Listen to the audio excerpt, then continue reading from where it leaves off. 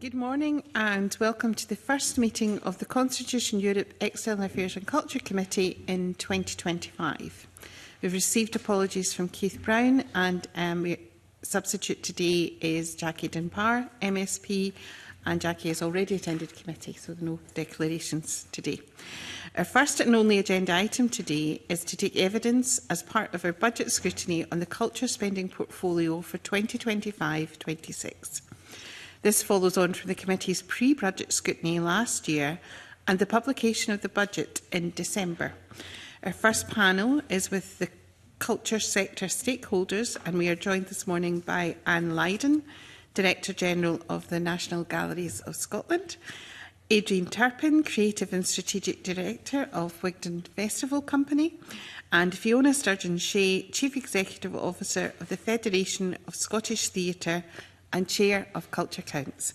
And we also have Katarina Brown, Chief Executive of Historic Scotland, who joins us online this morning. If I could open with a question just for all of you in general this morning, the response to the budget for culture and what it will mean for your organisation and the culture sector more generally. And perhaps I could start with Ms Sturgeon-Shea. Yes, certainly. Good morning. As Claire said, I'm the Chief Executive of the Federation of Scottish Theatre, FST for short, and we are the membership and development body for professional dance, theatre and opera in Scotland. And I'm also Chair of Culture Counts, which is the national network of arts, heritage and creative industries organisation which works to protect and develop the culture sector for the common good. So I think I was invited here mostly with my Culture Counts head on, but I'll also be speaking for FST as I'm keeping it relatively high level today, hopefully.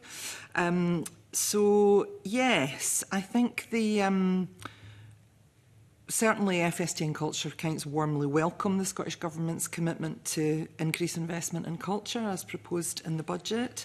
I think there's cautious optimism around the impact that will make. You know, we're obviously especially encouraged by the allocation of an additional 20 million to Creative Scotland's multi-year funding programme, and the announcement of this increased investment has been well received by the sector, especially those 281 organisations who are anxiously awaiting the outcome of their multi-year funding applications. And that wider community, I think it's really important to stress, of self-employed and freelance artists, practitioners and other organisations whose work relies on regularly funded organisations within a wide and deeply interconnected ecosystem. And I think what's important is how these individuals and smaller, maybe more emerging organisations, many of them focused on creating new work, will be supported beyond the multi-year funded organisations. Obviously, there's a much greater sense of optimism in the sector than when I gave evidence this time last year, when we were very much concerned about the devil being in the detail.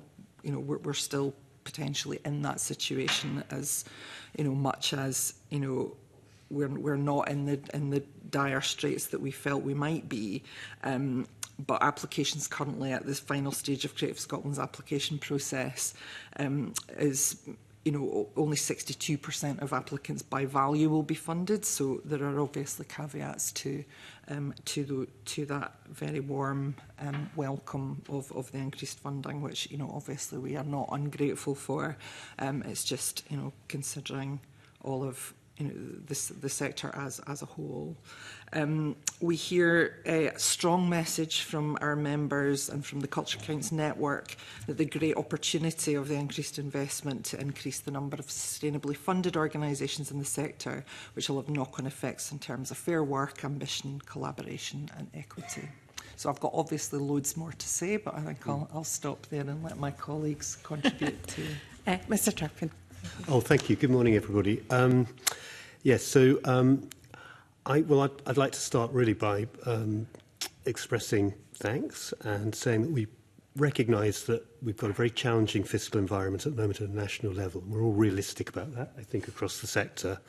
And so it's particularly welcome, the additional investment in culture in the budget, and from our point of view, particularly the 20 million that's allocated towards multi-year funding. Although, as Fiona says, that begs the question about those individuals and organisations who are not working at that level, that they're not currently RFOs or organisations of scale, and I think we need to make sure that they are taken care of within this. The expansion of the Festivals Expo Fund is particularly welcome. We're sitting on that body at the moment. And I think what's really important about that is it recognises something that we've said for a long time, that in the festival sector is that festivals are resources as much as they are events. You're not a 10-day event, a 3-day event that is just drawing people in for that time. You're there all round for the community and for other people in the sector, for artists within the sector. And I think that moving that outside Edinburgh is particularly welcome. We have been tangentially involved, but I'd also like to say that the reinstatement of funding for Culture Collective is particularly important from where we're sitting in Dumfries and Galloway. We've seen how important that whole programme, which has been championed and run to a degree by the Stove, our partners in Dumfries, has been a fantastic programme. I'm going to say two other things. Having said all that good news, this is on a basis that we're a sector that's very fragile. And Fiona says that she talks about increased optimism in the sector. I think that's true compared to last year, but I don't think this is a sector that is very buoyant at the moment. I think we are all still worried, as you know from your previous meetings, about the about having certainty about where we're going, particularly. And the word precarity is the one that keeps coming up, and I'm sure we'll get round to talking about that a lot more later.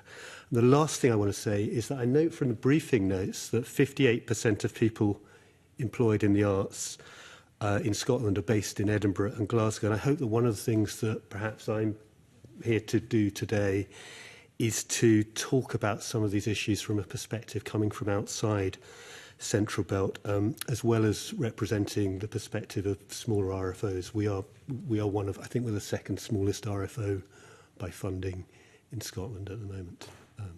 Again, a lot more to say, but we'll leave that. Thank you. Ms Lydon.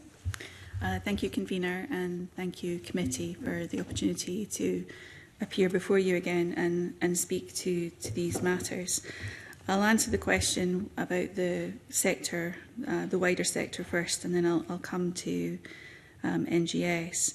I'll agree with my colleagues that it is very encouraging to see the additional funds come to the culture sector, and this will be have positive impact right across. But I would again just sort of urge the continued precarity, as Adrian has just referenced, and again that the sector is not buoyant, and that our aim would still be to get to that 1% overall spend for culture, to try and keep in line with what is the European sort of average of 1.5%. The Art Fund did a recent piece of research last year in 2024, and they said that because of the years of austerity and the precarity within the museums and gallery sector, that it would take between 10 and 20% to stabilise museums and galleries. So this is leads into then the situation for the National Galleries of Scotland in particular. So this year we did receive a 9% uplift, as indicated in the draft budget from early December, and as has been stated in our paper, this is simply not enough for us, and we will be challenged in balancing a budget for next year. Okay, thank you. If I could go to Ms Brown now.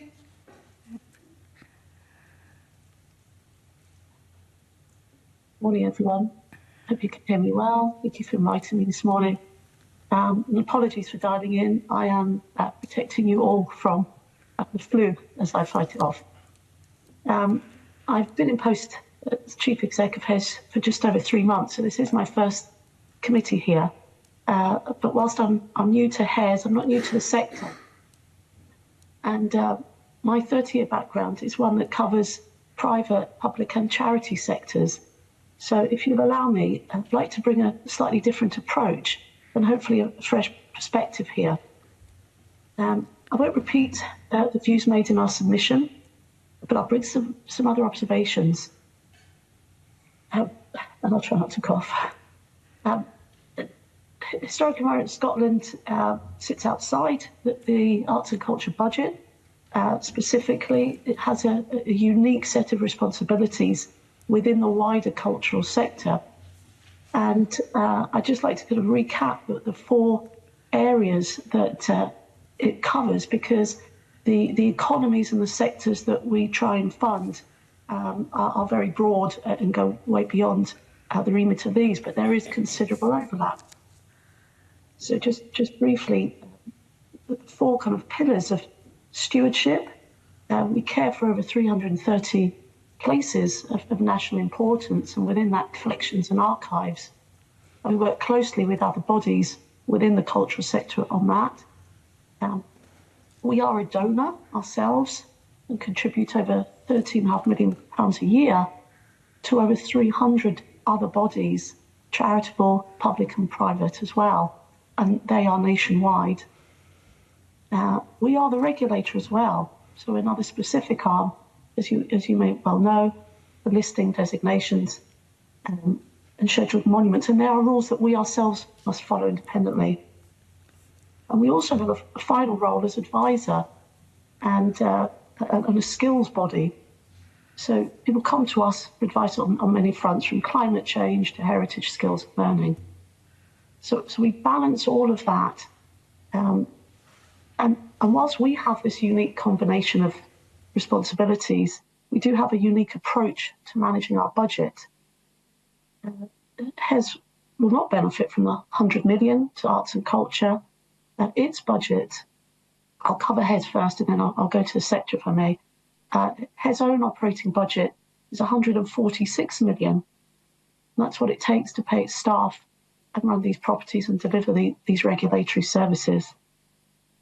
Of that, we receive grant in aid of 59 million and a further 10 million of capital funding.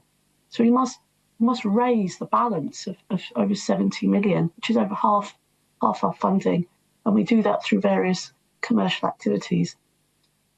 But just before the pre-budget scrutiny work, we have agreed a unique business model, a new framework with government, and we've agreed to a 2 million reduction in our funding over the next 5 years.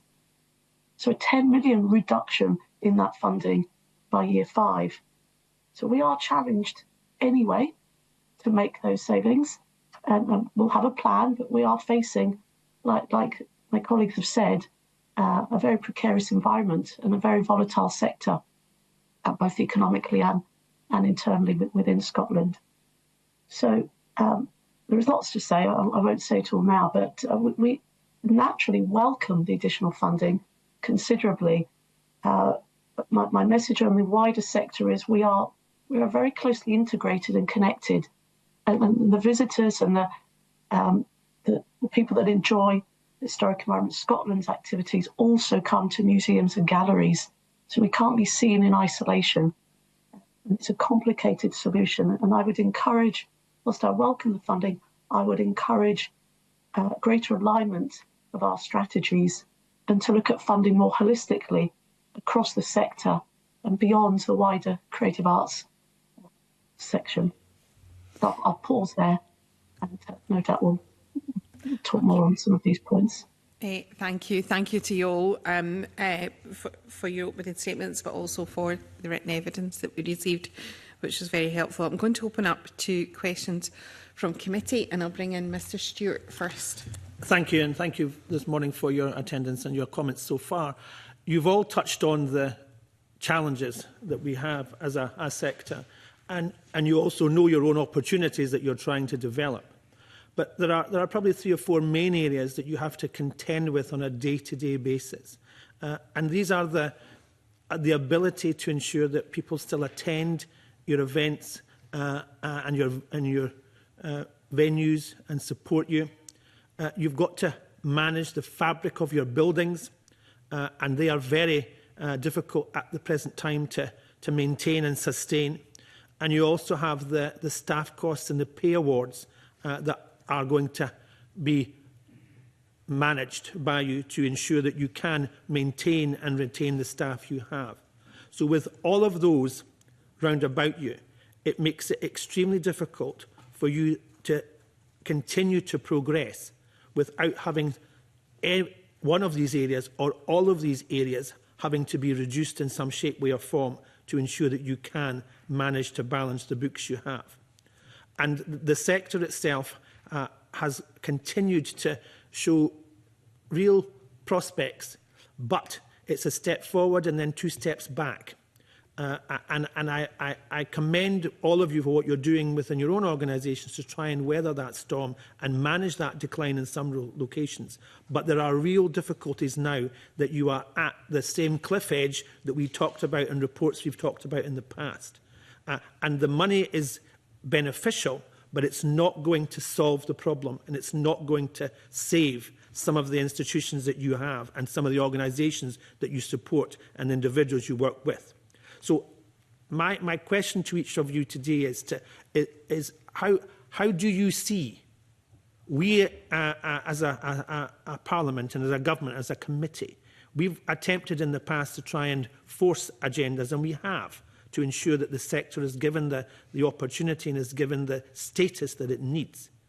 But we're still far behind when we look at other parts of the world and other locations who can benefit in tax regimes, who can benefit in other ways to ensure that their funding is parallel with what your ambitions are. Because we have ambition here in Scotland, but we don't have the ability at the times to make things happen. So how can we change that? Thank you, Convener.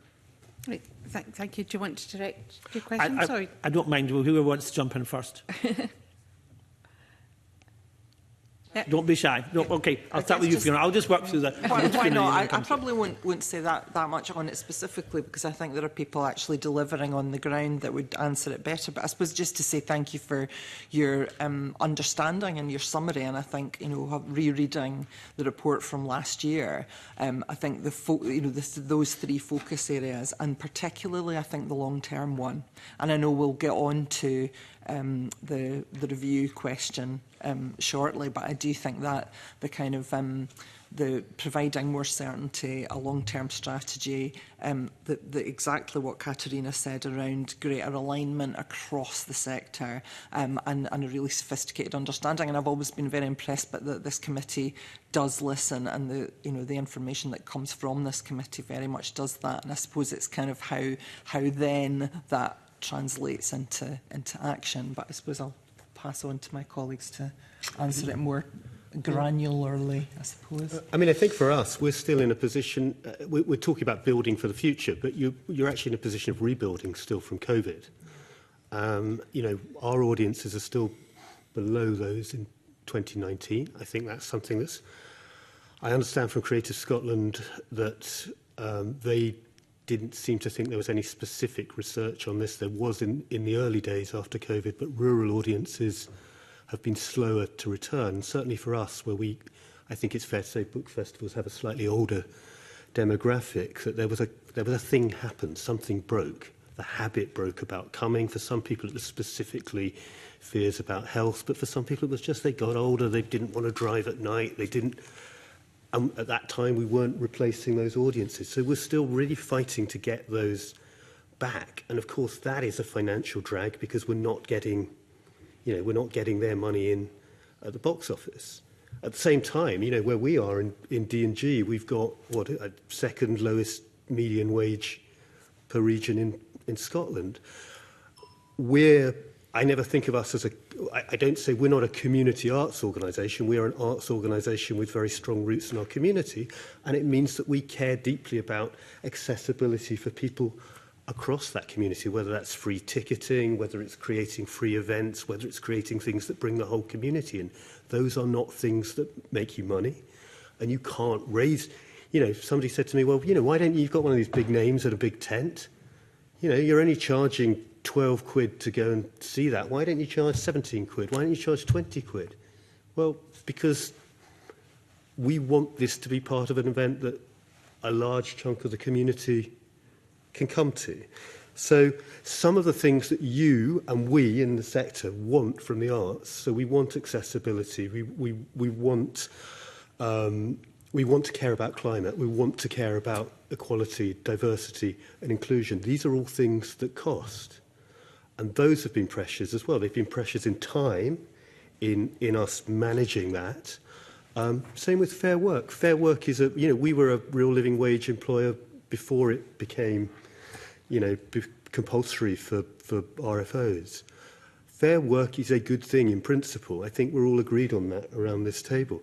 But the application of that for us, not just in terms of the money that it is added to our wage bill with quite a young staff, with the real living wage increases and then the increases for the staff above that because we have to keep a differential, but also in terms of the 35 hours, which has created a, you know, that's created effectively a time cut. So there are capacity issues that are coming from that.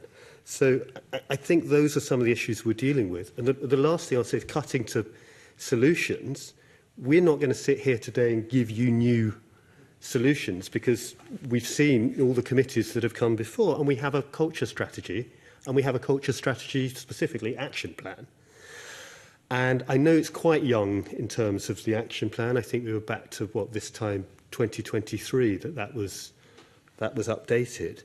But the things in there that are specific that would help us, and I'm afraid it does come down to money, need to be acted on. And so what I'm talking about are things like tax relief, a multi-portfolio approach. You can imagine how that would affect a rural organisations, particularly if you start seeing culture more in the idea of general rural sustainability for rural communities.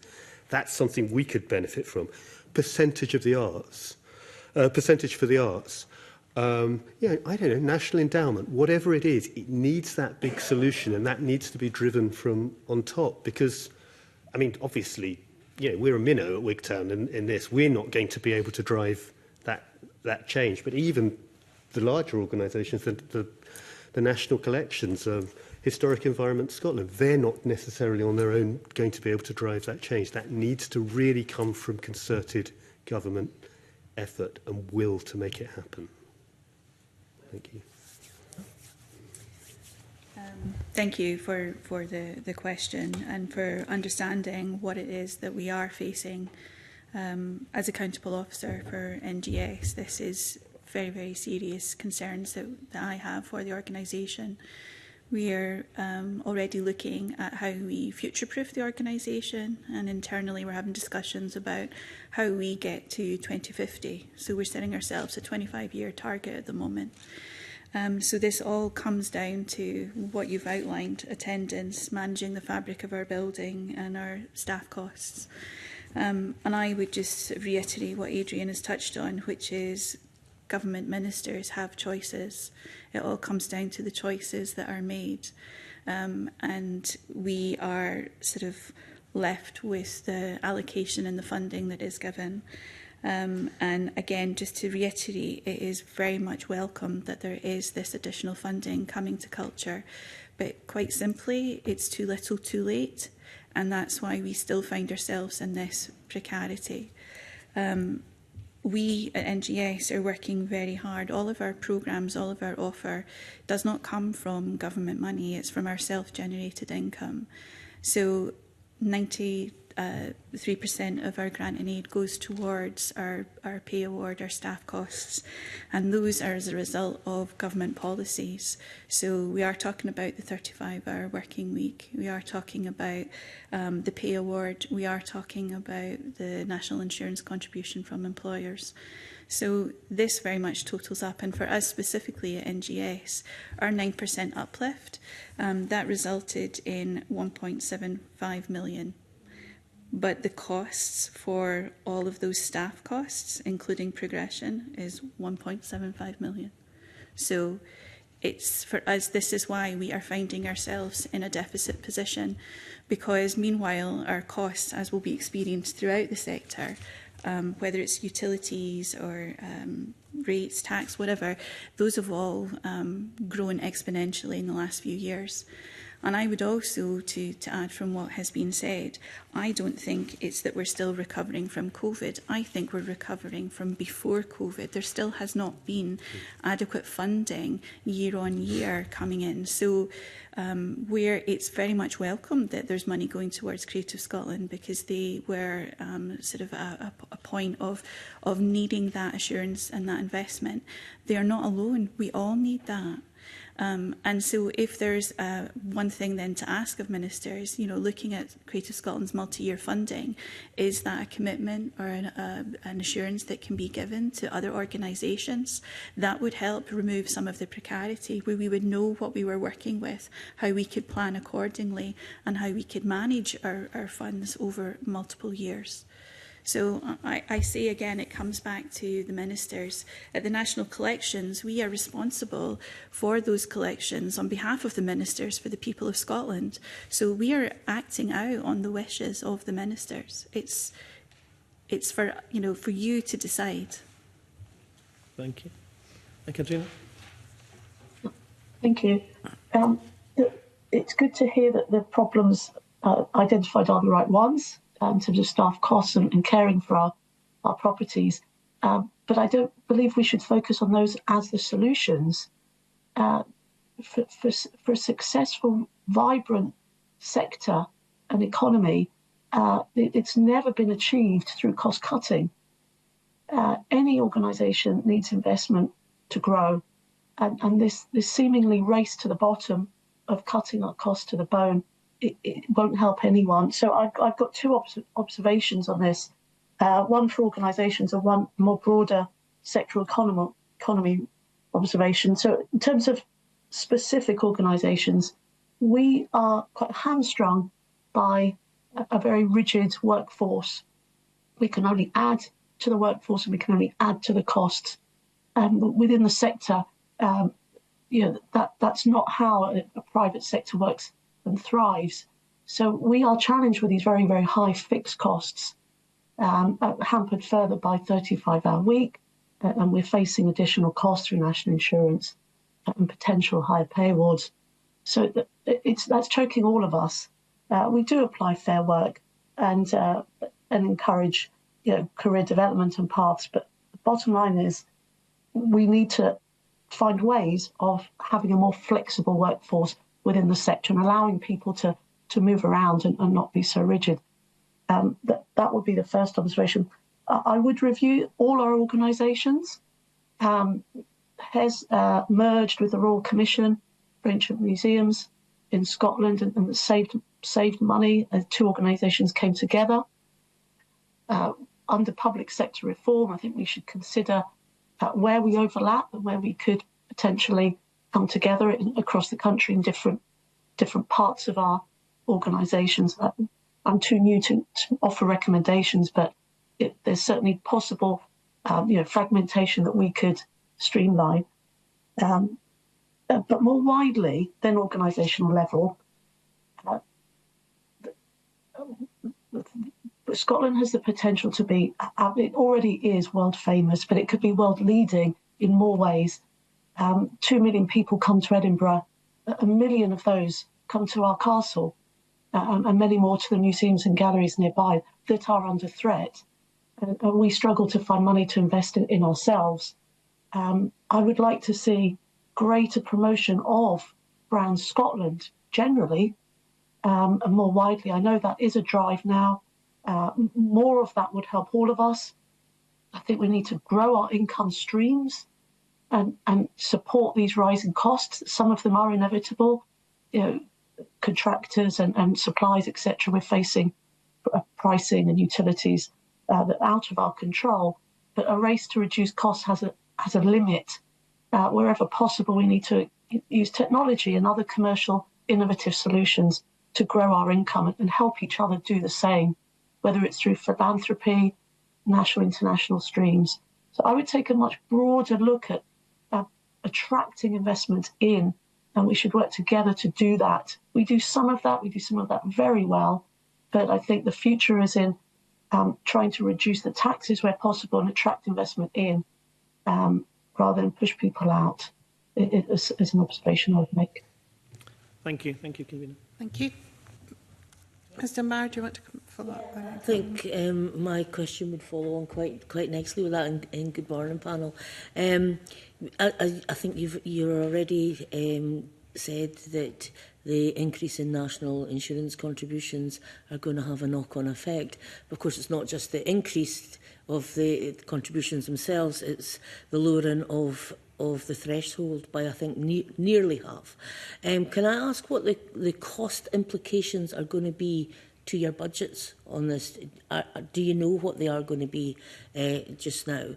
You know, and have you had any indication from the UK government as yet as to how much they're prepared to cover this increase? You know, will they cover it all, or have they said that they'll only cover parts of it? I saw Katrina nodding her head vociferously there. I'll go to Katrina first, then I'll come to you, Anne. Thanks. Okay. The cost to Historic Monuments Scotland is 1.6 million, which is, as rightly said, a combination of the lowering the threshold and the higher rate. And that's on our staff bill of around 78 million. A further 1.6 million. We've had no clarity on whether that's funded. I understand there's some contribution towards that, but around half of the total Scotland estimated increase impact, but no clarity as to whether it will flow to us individually, unless anyone knows more. Ms. Lydon? Yeah, my understanding is that the UK government is working directly with Scottish Government, so they aren't reaching out to any of the individual organisations that would be impacted. So we would be expecting that to be discussions that are had with Scottish Government. For the figure for ourselves at National Galleries of Scotland, we have a much smaller workforce than Historic Environment Scotland, but we are still looking at almost £300,000. So the exact figure is 271,500. For the full amount of extra? For the national insurance contribution, okay. Yes. Sharpen, you? As a much smaller organisation, the actual effects of national insurance are not huge on us. It's be very marginal because of the allowance. So, in fact, as I said earlier, in fact, it's the Scottish Government's Fair Work policy that's had a much larger effect on us over the last 3 years, both in terms of the additional funding that's taken for us to, which is, you know, the additional requirements to pay with standstill funding under our RFO agreement, plus the cut in hours. That's far more crucial to us. So you're not worried about the increase at all, then? Okay. Well, as we no, I'm not at the moment. It's just we're pretty much under the threshold. Yeah, it'll kind of depend, I guess. You know, across we've got a very wide and diverse membership, so there will be organisations the size of, I guess, our administrative base, and also, you know, Adrian's organisation, but also there are much larger organisations who will be deeply affected. We've got a survey ongoing at the moment, but I don't have exact figures to date, because not everybody's filled that in. But we're keeping an eye on it and the concerns. But I guess what we've been working. You know, with SCVO and, you know, just their recent briefing, you know, basically there will be a disproportionate impact on sector employers with large part-time workforce and lower wages, and that's basically where the cultural sector sits. And I think one of the implications of that is that fear that staff will be pushed involuntarily into freelance roles as a consequence of the policy, which would increase vulnerability in an already fragile sector, you know, that we've talked about. So I think it's much more about the ecosystem. So and I think certainly speaking with SCVO, although many of their you know members are smaller.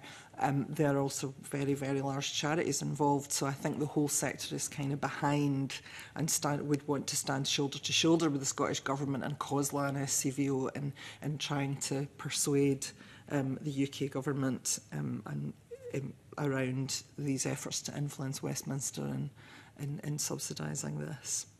Okay, it is a bit concerning that there's no clarity, but I'll hand back over to you, Convener. Thank you. Could I bring in Mr Kerr?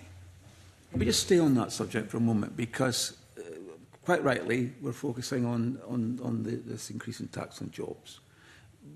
But I think it's interesting, and by the way, Anne, congratulations on the coup of having 2 front pages this morning, the Scotsman and the Herald. So I'll come straight to you, because you specifically mentioned in your submission to us the staffing cost trap. I'd like to talk you to talk a little bit more about the impact of the Scottish Government's policy on the 35-hour week and also the pay increase, and what you actually mean, if you could elaborate on what you mean by the staffing cost trap. I'd be happy to speak to that. So, again, just to put out then some figures so you have a real sense of what we're working with. The shorter working week is costing us almost £800,000. So that's where we're really feeling it in relation to, but in addition to the national insurance contribution, which, again, when you total those up, we're getting to about £1 million, just over £1 million. So, and that is year on year.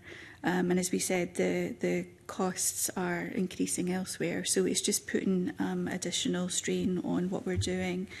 What we sort of refer to as the sort of staffing cost trap is that due to these policies, and then also you add on to that the pay policy, which is then negotiated, and we're not sort of part of that. We're not sitting at the table when that is being agreed upon. So we are then sort of having to find a way, exactly, yeah. Yes, deal with the consequences. And we also are working within confines of non-compulsory redundancy. I've talked about this before, and it's it just constrains an organisation, and so as I've indicated, we're looking at NGS as to how we future-proof. What is it going to take for us to get to 2050? What does our staffing profile need to be? The world is changing, but we still have this responsibility to care for the collection. But we sort of are going about it in new and innovative ways, and that sometimes requires new skills and expertise. But again, because of the budget constraints that we've been dealt with in the last 5 years, we've had 2 voluntary exit schemes. And that's a very blunt tool, and you risk expertise and knowledge leaving the organisation when that happens. So we're sort of bookended by policies that just make it very difficult for us to break out and be as innovative as we want to be in future-proofing the organisation. Preventing you from evolving and innovating. It's stifling us, I would say. It's something that means that we cannot be as agile, we cannot be as flexible, because all of the money that we receive is very much going towards keeping the existing staff profile that we have. So having more operational independence, in other words, if you could set your own policies in many of these areas, what would that do for you?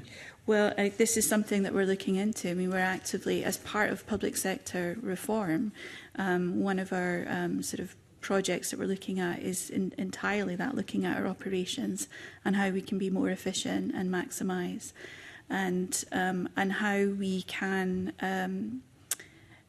again, sort of, it all comes back to, my role, work of my colleagues. It's taking care of the collection for the people of Scotland. And the collection itself dates from the Middle Ages to now. So we are always dealing in a time span of hundreds of years. And the National Gallery on the Mount, that was built in the 1850s. So our time scale is always with this far out horizon. And we are then very much stymied by this annual budget, where it's limited funds. Flexible policies. Exactly. Yeah. And that's why, presumably, the front pages today are really the story about the potential of shutting down whole assets, really. I mean, that's your only option, isn't it? You have no flexibility in workforce, which is probably one of the two biggest costs you've got. So your only alternative is, as I understand it from reading the papers this morning, and of course your submission, is to shut down wings and perhaps even whole assets. Definitely, we're facing some very unpalatable options here. This year? This year, and we are actively looking. Again, it's in order for us to balance the budget, because we have a deficit this year. We are going to be faced with very difficult choices. So we're actively looking at what does that mean. Is it a change in our operating hours, our opening hours for the public? Currently, we're open 7 days a week from 10 until 5 p.m. Is it a day closure? Is it closures around our multiple sites? Is it even going to the far extreme of a complete permanent closure of one of our buildings? Because again, if we cannot afford to upkeep the fabric of these listed buildings, then we are at risk. We're risking colleagues, we're risking the collection, we're risking the public, and I cannot take that risk. Talk to that risk issue, if you would, a bit more, because in your submission you talk about the estate, and specifically the immediate risk. You've put a cost against what needs to be done in order to mitigate the immediate risk that you've just described of £17.4 million. You don't have anything like £17.4 million to deal with that. Can you elaborate a bit more on the nature of that risk? What are we actually talking about here? So in the submission, you'll see there is the table and a timeline. And so that 17.4 million is for a period of the next 5 years. Yeah. So, and it is essentially looking at, again, our estates and the infrastructure, whether that is electrical, whether it's plant, whether it's simply I shouldn't say simply, but it's the weatherproofing of our buildings as we increasingly. It's structure, it's facilities, it's everything. We're using some systems. Absolutely. So with the climate crisis as such, we're seeing this. We're experiencing weather patterns that we've never had before. So as much as our buildings have lasted this long, there's such a dramatic shift. And I'm sure this will be something that Historic Environment Scotland are also contending with. And in that area, we sort of overlap and sort of empathise with what they are dealing with on a much larger scale.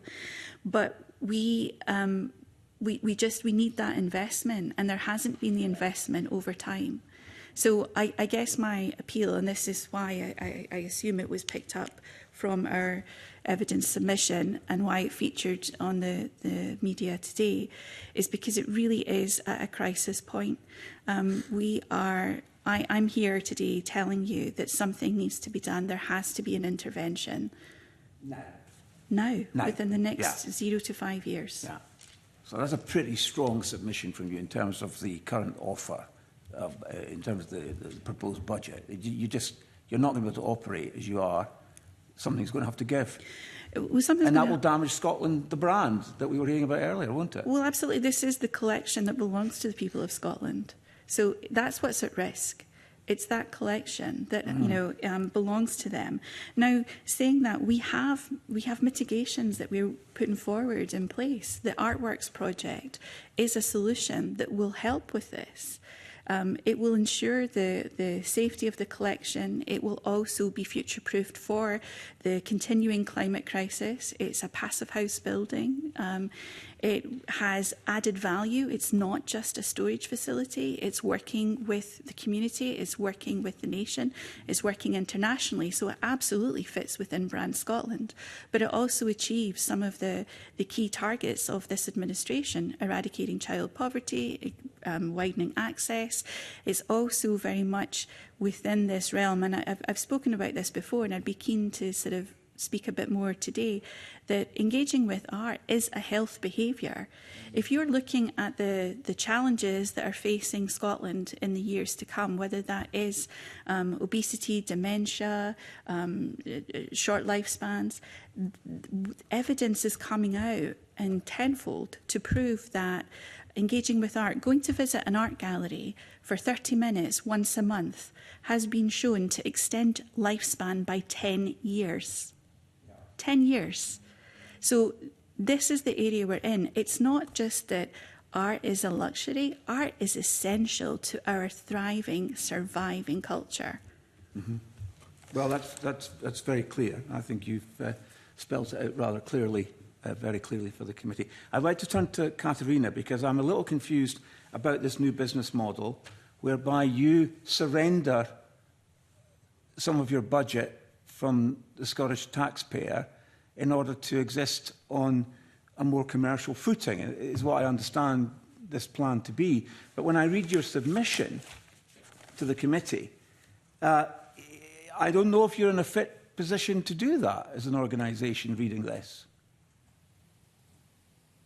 Okay, so a new business model it was something that was in discussion for several years before I joined HES. And in my first month, I looked at all the evidence that had been discussed and was very happy to agree the principle, which was agreed just before Christmas, of this new framework. So there is a downside and an upside to the new framework, and it certainly is not applicable to all organisations in the cultural sector. So the downside is a 2 million reduction per year for 5 years. So 10 million reduction. I will say, and this is very public, that's off a high base. So pre-COVID, the grant and aid was lower. We've had historically new higher levels since COVID. So the return of 10 million reduction will take us to more normal levels. That said, our cost base has gone up over 30% since COVID. But the upside and the opportunity that I'm happy to take on, and it will, as accountable officer, it will fall personally with me as well to deliver. And I'm a chartered accountant, so I've been, as you can imagine, very closely focused on the numbers. We have a 5-year financial strategy from April this year, and we are forecasting growth in income that can more than offset the 2 million reduction that we've accepted. We have work to do to deliver that growth. There are assumptions underlying that we need to work through. But essentially, it's becoming more entrepreneurial, more commercial, focusing on our visitors, focusing on investing in properties where they could generate additional income and reinvesting that back in. The key lever that's different in the model, which starts looking at a multi-year model, which is really important for all of us, as we've heard as well from others, is historically, if HES has underspent or over-earned income, it has to give money back to government at the end of the year. And it has done that. It horrifies me as an accountant that if we haven't spent the money, we have to give it back. And there are often good reasons why that's happened. Capital projects that haven't mobilised or finished for whatever reason, we've had to give money back in year or end of the year. The new model allows us to carry over that money and continue to spend it in the following year. So it smooths out these big capital projects that we have across the country. And if we are to outperform, then the framework allows us to retain the extra or surplus that we might make and reinvest it back into the estate. And ultimately, that will help government because we could look then to have less reliance on government if we are able to keep the upside and reinvest it. But Katerina, your submission talks about the current situation. I'll just read one paragraph that you submitted to us. You've got organisations within your portfolio that are seeking to reduce services to cut costs, scaling back activity, cancelling events, reducing opening hours, delaying or cancelling capital projects, And then you go on to talk about skill shortages, traditional skills that are no longer there. So this is not a healthy backdrop, I would submit to. I mean, I applaud what you're trying to do. Don't get me wrong, as an individual, I think any entrepreneurial input in terms of leveraging this magnificent asset we have in this country is great. But are you starting from a pretty low base in terms of your capability to embrace the new financial model? We have a tremendous asset base, as you understand, 336 properties from Edinburgh, Stirling Castles and many, many more. 20% of those have an entry fee, around 70. The other 80% of them don't. They're free entry. We're not suggesting we'll necessarily charge on those, but we are looking at... That's an option. More charging. It's something that we are looking at, but not necessarily going to roll out. You know, we look at inflation on the properties we do charge, and the money goes straight back into the maintenance of those properties. That's a very normal model in running any asset. But I would say, in terms of the base, we have assets that, as Anne said, you know, are Neolithic, from Skara Brae and Orkney, 5,000-year-old assets, to more modern buildings. We are very, very conscious of the impact of those on climate change as well, and the rate that they're being impacted. So we have a very uncertain capital outlook right now. So this model gives us more certainty to, at the very least, take a multi-year view on how we manage our money. And we must do that as a very starting base. We cannot cope with seasonality and undertaking a 5 or 10 year capital programme and not having certainty year on year on where that money's coming from. So whilst we are facing challenges, we must have more flexibility in how we manage our money. Seems to be the theme from you and from Anne. You want more operational flexibilities. And we haven't even approached the issue of employment that we explored with Anne, with Historic Environment Scotland. But you mentioned the assets. Now, part of the problem has been, over the last few years, has been that many of these attractions, many of these assets, have been closed because they've been deemed to be unsafe. Now, can you tell us how much it would cost in backlog to open all of those assets and to make them safe for visitors? Some of us in this committee have received communication from within Historic Environment Scotland to suggest that that number is north of £800 million. Can you tell the committee how much the backlog actually is? It was the very first question I asked when I joined in September.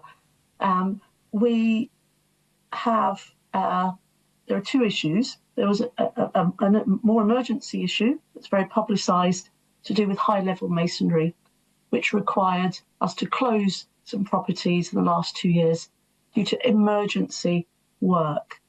There were 200 properties of the 300 that needed inspection, and we have inspected over 130 of those.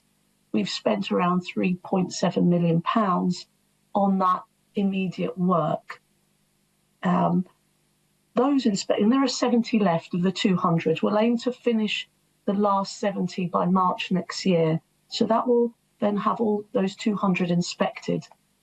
The remedial work that's being generated from each inspection is still being calculated as and when that rotates and that team move around the country.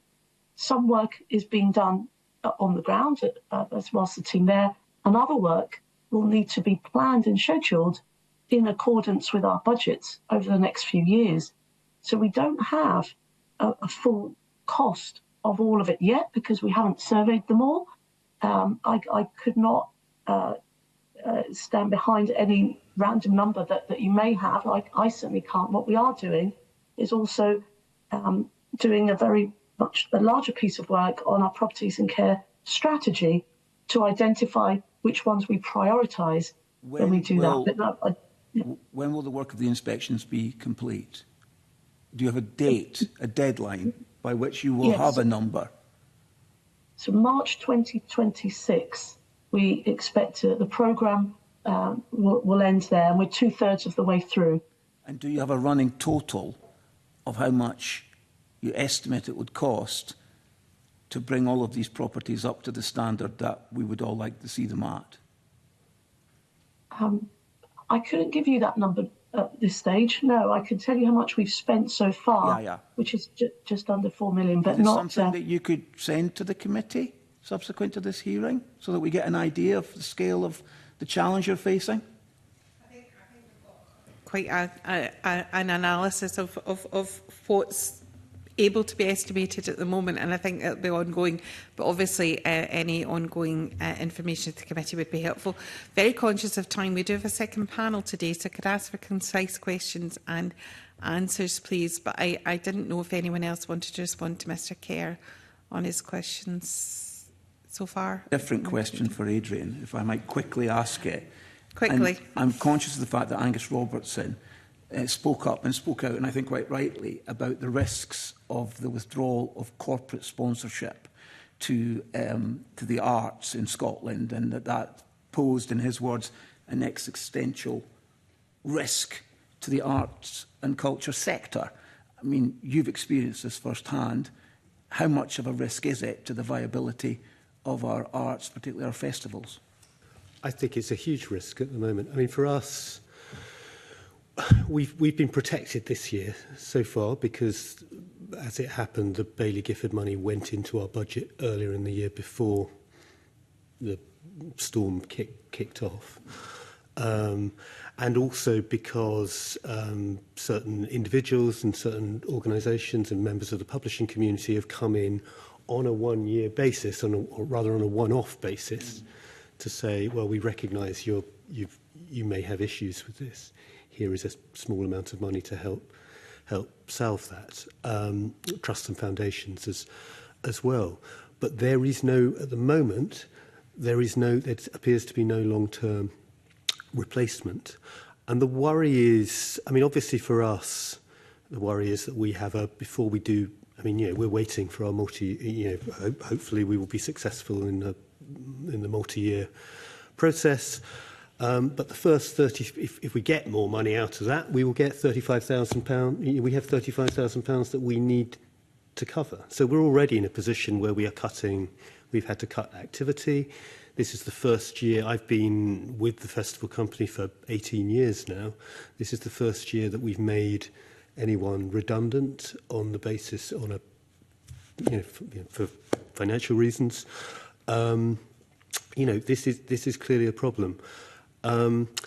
Again, for us in rural situation, it's doubly a problem because we have one of the things about not being in Central Belt is the lack of access to corporate sponsors, corporate supporters, and Baillie Gifford were a very powerful supporter in that way.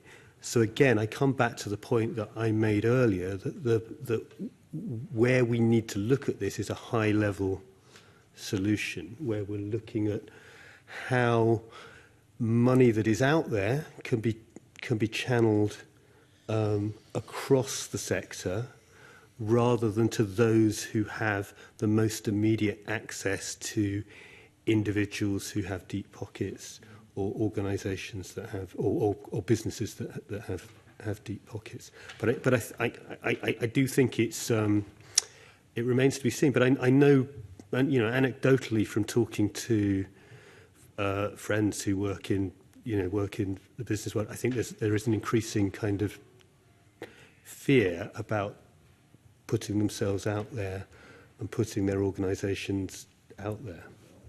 Yeah.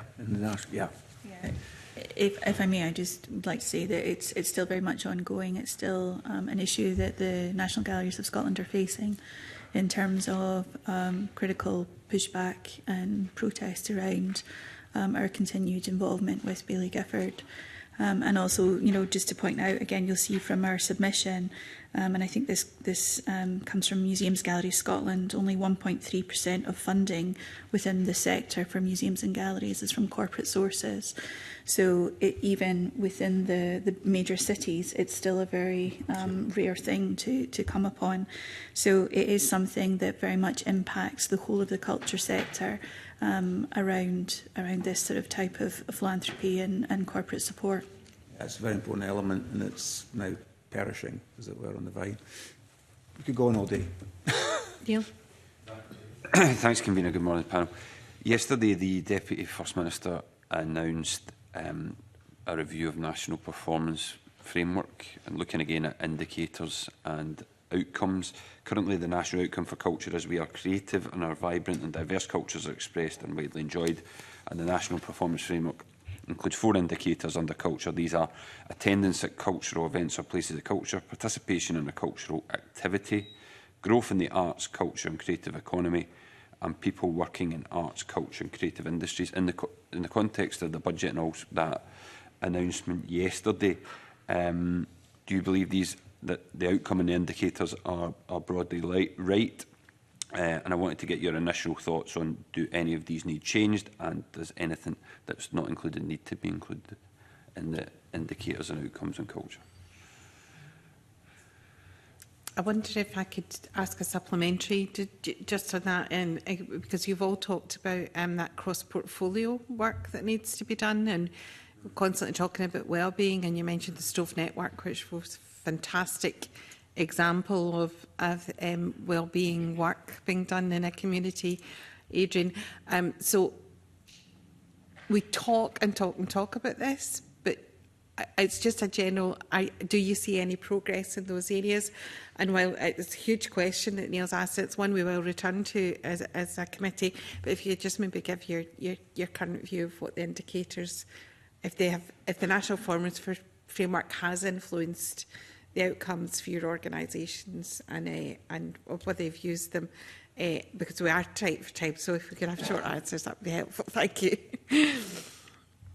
There's been an issue with the growth definition and what that really means. You know, is growth really the best indicator of a healthy, flourishing sector?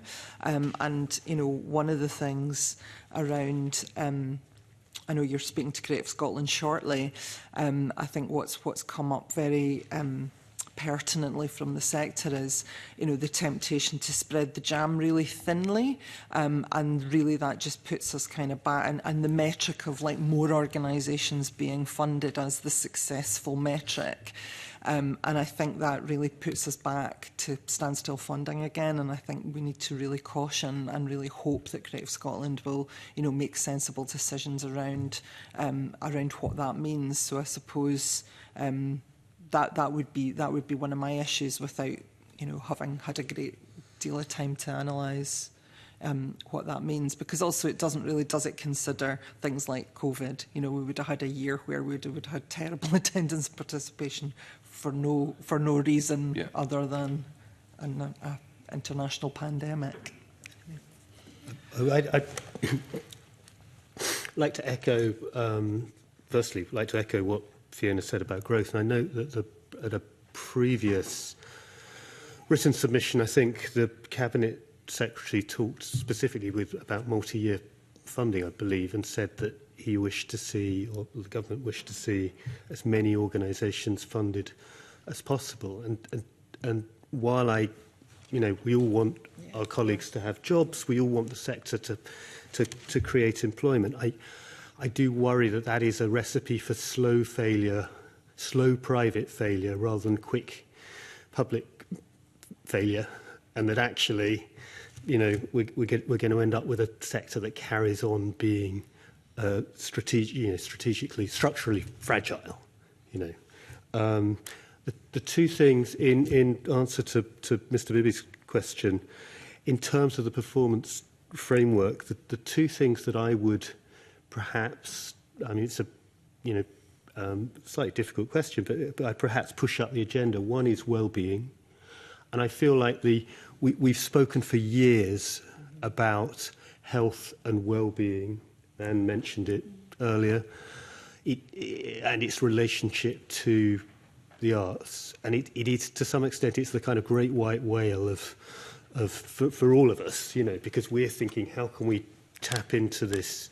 How can we tap into this as a funding thing? It's something that we're also very interested in as a sector, just as, you know, how we're relating to our audiences. So how can we move that on? This is not, you know, how can we take it off just being something that is appended onto a strategy to being something that we can really make happen? And we're back to that thing about looking at the multi-portfolio approach and what it really means, rather than it just being a nice form of words. And the second thing is about sustainable communities. I would add that to perhaps to the national performance strategy, to give that a greater emphasis, because the value for, I mean, again, we come back to what we're doing in Scotland's National Book Town, but we're also coming back to what, you know, you gave the example, or referred back to Culture Collective, that these, I was going to call them interventions, but that's very clinical, but these activities that take place that really do engage communities and bring them in, they're very, very powerful. Whether that, you know, in smaller communities, whether that's rural communities or whether that's in defined communities within cities, particularly in, you know, places that, you know, places of multiple deprivation. So I would like us to think more strategically about how we think about communities, building communities as part of that strategy. And I think you hit the nail on the head absolutely around connecting Mr Stewart's question with Anne's evidence around the impact, and I think that's definitely something that absolutely, that cross-portfolio working, we're still waiting for significant action on that, and it would be amazing if even there was an incremental move towards that. Sorry, I didn't mean to butt in again. Mr Bibby's got a supplementary he wants to throw in. Thank you, convener. It's just because it's related, and I think I just wanted to get this, get your thoughts on this. To the indicators around attendance and participation, we've got statistics from the Scottish Household Survey which showed that the attendance at cultural events and visiting places of culture over the last 12 months was, any including cinema, was 81% in 2018, and in 2023 was 76%, a reduction of 5%. Participation in cultural activities in the last 12 months by year, any including reading, was 76% in 2018 and 74% in 2023, so only a 2% reduction compared in participation, but a 5% reduction in attendance. And I think that is significant. And I noticed Mr Turpin's answer earlier about lower attendances in rural areas such as Dumfries and Galloway. But I just wondered, to what extent is attendance an issue in terms of lower attendances? What factors are at play there? Alongside, we've obviously had COVID, which has resulted in venues closing. To what extent is that an impact on those attendance figures versus the valid points Mr Turpin was making? Sorry, can I come back in? I mean, I think as attendance as a metric is a pretty blunt tool. So, for example, in the work that we do with young people, there's a temptation to go, oh, we went out into schools and we got, in our last schools tour, we took authors into 36 schools and we had 1,800 pupils took part in those sessions. That's great. For many of those, they won't have attended a session with an author before. But actually, a lot of the work that we're really interested in at the moment is, for example, working with young people between 13 and 26 and about deepening engagement. And that work doesn't come up on a performance, on an attendance metric. You know, the 10 young people who come from backgrounds who would not normally participate in cultural events, you put them in an attendance metric and they're the same as the, you know, 300 middle-class kids who are taken by their parents to a nice festival for a few days. So, and that work also costs more money. So I think we have to be careful about attendance and about attendance as a metric. I think I'm going to draw things to a close, I'm afraid, because we do have the next session coming up. So I think the National Performance Review will give an opportunity for us to explore with your organisations again some more of these areas. But can I thank you very much for your attendance this morning, and I'm going to suspend briefly to allow the panel to change over. Thank you.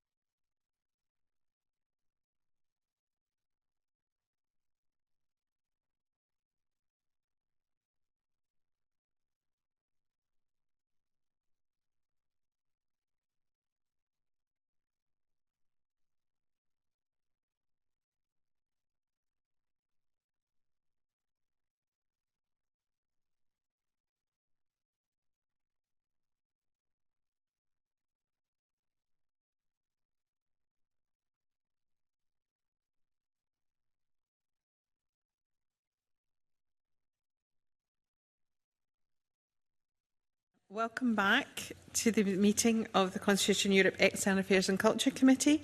Our second panel this morning, we're joined by Robert Wilson, Chair and Creative Scotland Board, Anne Langley, Executive Director of Operations at Creative Scotland, and Alistair Evans, Director of Strategy and Planning at Creative Scotland. And we have received apologies from Ian Munro, Creative Scotland's Chief Executive, who can't be with us today. If I could open with a question for you, Mr Wilson, directed. You've been very positive about the budget, describing it as a significant vote of confidence in Creative Scotland and the creative and culture sector.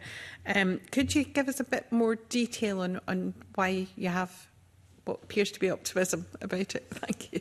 Yeah, thank you, Convener, and Happy New Year to you all. It's very good to be before the committee this morning in the context of more positive financial news for the culture sector in Scotland. And we warmly welcome the government's budget announcement in December, including the significant uplift in funding for culture and creativity in Scotland in 25-26.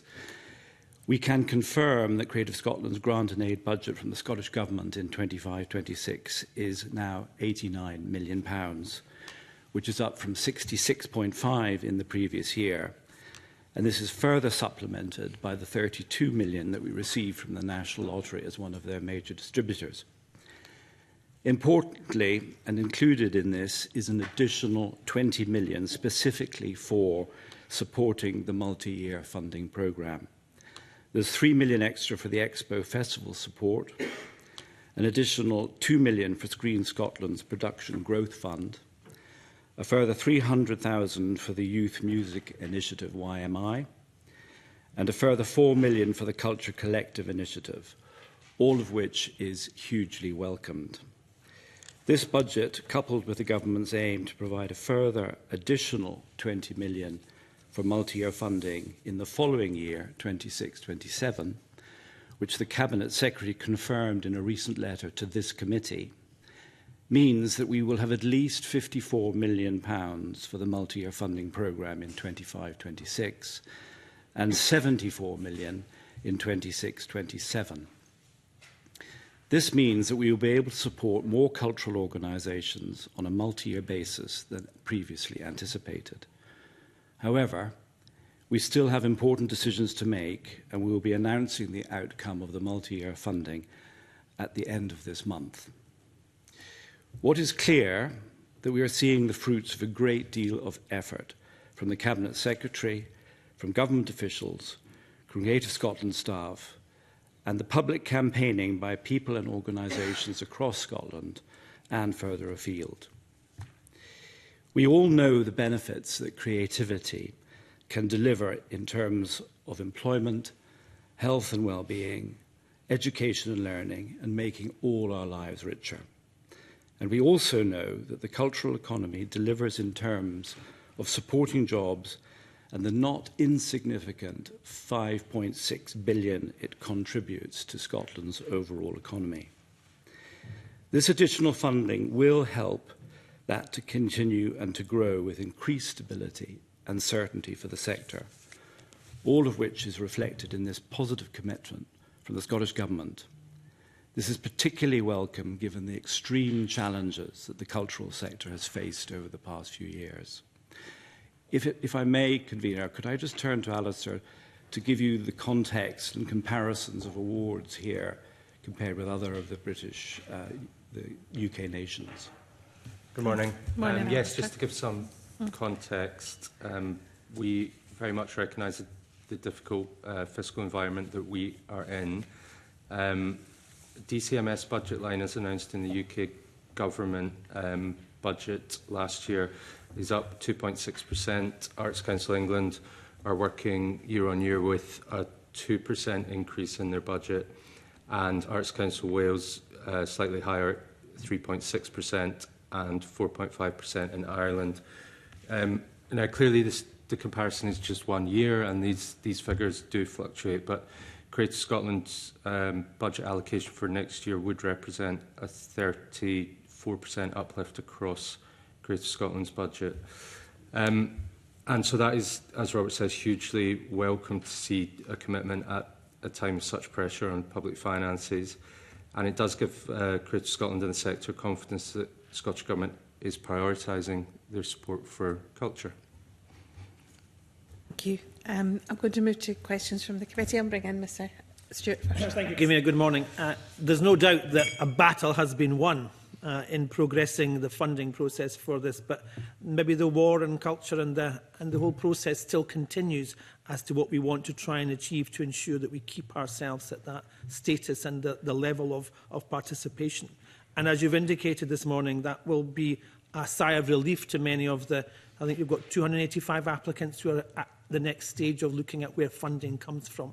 And the representation that we've had from individuals and organisations over the past few months have very much been of that they look forward to seeing what you can achieve on their behalf so that they can be supported by you as an organisation, because what they want and what we want is to see that sector continue to thrive and survive and progress. And the ability to be quite pioneering has been really quite inspirational about where we are as a sector. And we've talked about this in the past, about Scotland punching above its weight when it comes to this whole process. But in reality, we've got this journey and we've come so far. But my question would be to you as to what are your next strategies as to where you want to see, or what is the next step forward for Creative Scotland as to what it wants to try and achieve, and under the potential of a review that's coming about what you as an organisation will need to manage for the future. So where do you see that next step being? You've got some financial security in the short term to medium term, but the long term still must be a major issue for you going forward. Mr Wilson, maybe first. Yes, thank you. The multi-year funding model, which we've been working on for almost 3 years, is about giving security to the sector and an ability to plan longer term. Now, the commitment by the Scottish Government both to this year's funding and, more importantly, to give us clear lines of sight for next year's funding enables us to be able to plan and to give that level of stability to the cultural institutions that we support. And I think this is very much how we would like to see things going forward. The more clear lines of sight that we can envisage enables us to be the support organisation for culture in Scotland. And that's very much what we would like to see. The government is listening to that. They have been listening as we've been presenting the multi-year funding model.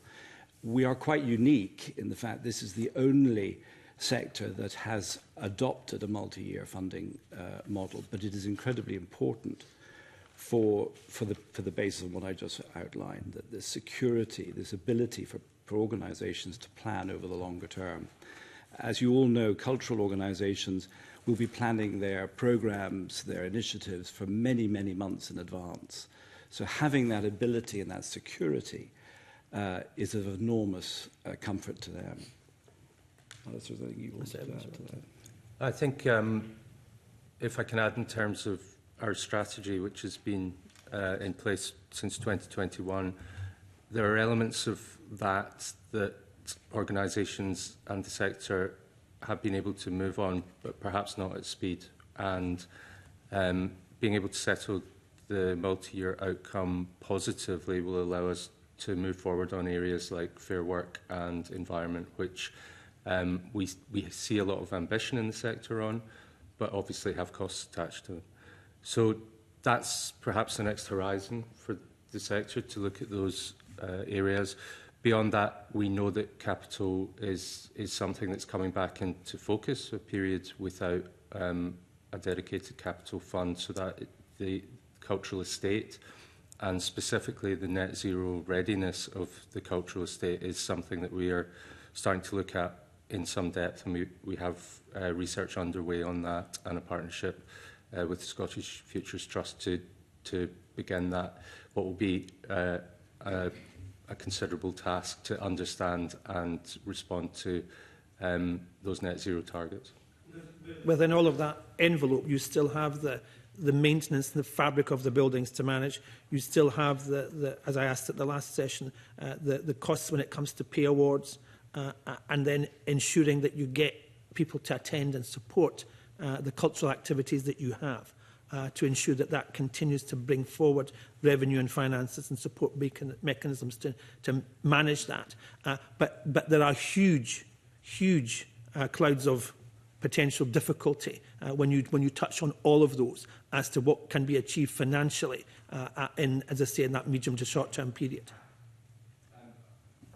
There will always be bigger issues coming down the tracks, but certainly the ability to look beyond next year's programme for those organisations that will be in the multi-year group will be hugely welcome, and I think we will start to see a broadening and deepening of programme. We will start to see engagement that is wider and starts to really look at the barriers that some groups and areas have in accessing culture. Those longer-term strategic aims are quite difficult to do when organisations are very much focused on keeping doors open. So I think this budget settlement is the start of moving us away from that and beyond it. Thank you. Thank you. Ms Simbar, did you want to explore the... Not right just now, if you don't mind. Mr Harvey? Thanks very much, Convener. Good morning. It's obviously a happy circumstance to be in a parliamentary committee hearing from witnesses talking about a rising budget and multi-year funding. I guarantee there are committee meetings throughout this building, throughout this month, where they're hearing from witnesses who don't have that positive story to tell. But you'll also be aware that we've heard, including from in the last panel, about the wide range of costs and challenges that are facing the sector, including some parts of the culture sector that are not seeing the rising budget that Creative Scotland's seeing.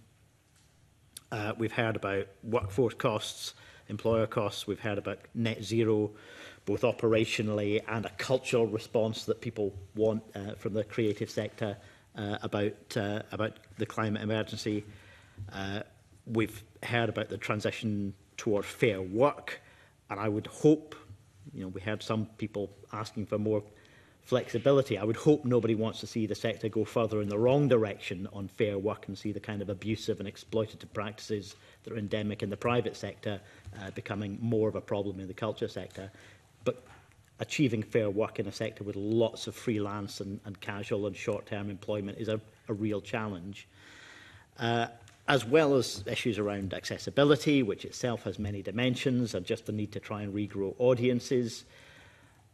My worry is that if we try, or if Creative Scotland tries to help the sector do a little bit of all of that, it'll do most of it inadequately. The rising trajectory of budgets is a good thing, but is it enough to achieve a response to all of those different challenges? And if not, how do we prioritise? What's the strategic approach with the budget that is available? And it connects, of course, to the work the government's doing to review Creative Scotland and the wider landscape. We still don't really know what direction that review is going to take or how long it's going to take. How is it possible, in the absence of answers to that process, to really know what's the strategic approach to deploying the resource that's available now in relation to all of those very, very diverse challenges the sector faces? And would you like to take that one? Yes.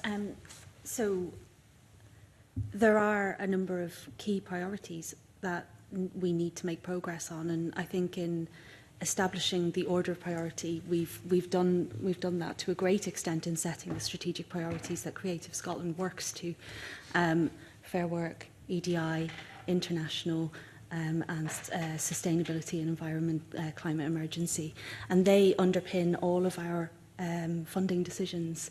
They are embedded in our funding criteria.